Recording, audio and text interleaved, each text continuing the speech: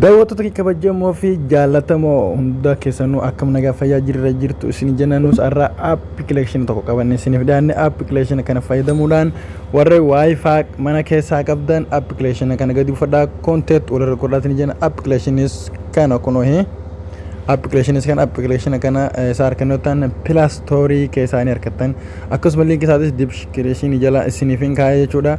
Play Store keessaas isiniif jira gara Play Store deemtanii appilikeeshinii kana argachuu dandeessanii kan achiraa fi description jala isiniif kaa'ee kanuma jechuudha. Appiin arrasini qabadee dhiyaadde kanaafuu akkana seentee yoo Play Store qabaatan jiraatan Play Store kan yeroo seente as dhufte jechuudha. Asitti ni barreessita jechuudha.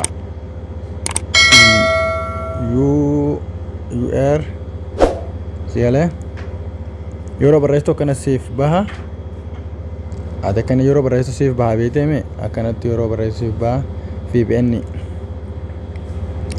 VPN yoota akka beejirama kan gama gubbaa bijaana diimaa kana itti chukaasta jechuudha. Sana boodaan waan oppii murdee jira dhufati ati gadi buufatta jechuudha.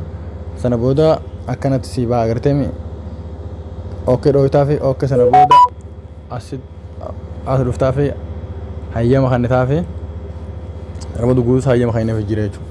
Ashiin dhufteetuma irraa deebite jechuudha. Amma irraa deebine jechuudha. Halaas gana asitti buufannee waan jiruuf inni kana jechuun gabbuu jiraame sana booda akkana seente jechuudha. Isa yeroo seente amma kasatti irraa deebite jechuudha. Sana booda waan baay'ee laafaadha jechuudha. Bakkuma sana tuqite jechuudha. Stress contact bakka tuan. Sana booda stop contact jaa kalas. Hanga numal fide jechuudha. Alma dalagoo eegalee jira kalaamni jirame jira. Amma kun huutuu ni dalagaa jechuudha. Sana booda akka solitti waradaadha warra biyya keessa appii kana fayyadamuudhaan akka intarneetni isin jalaa yoo hidhamellee wifi akka naga buufadha. Kana booda waa takka isin barbaachisa jechuudha.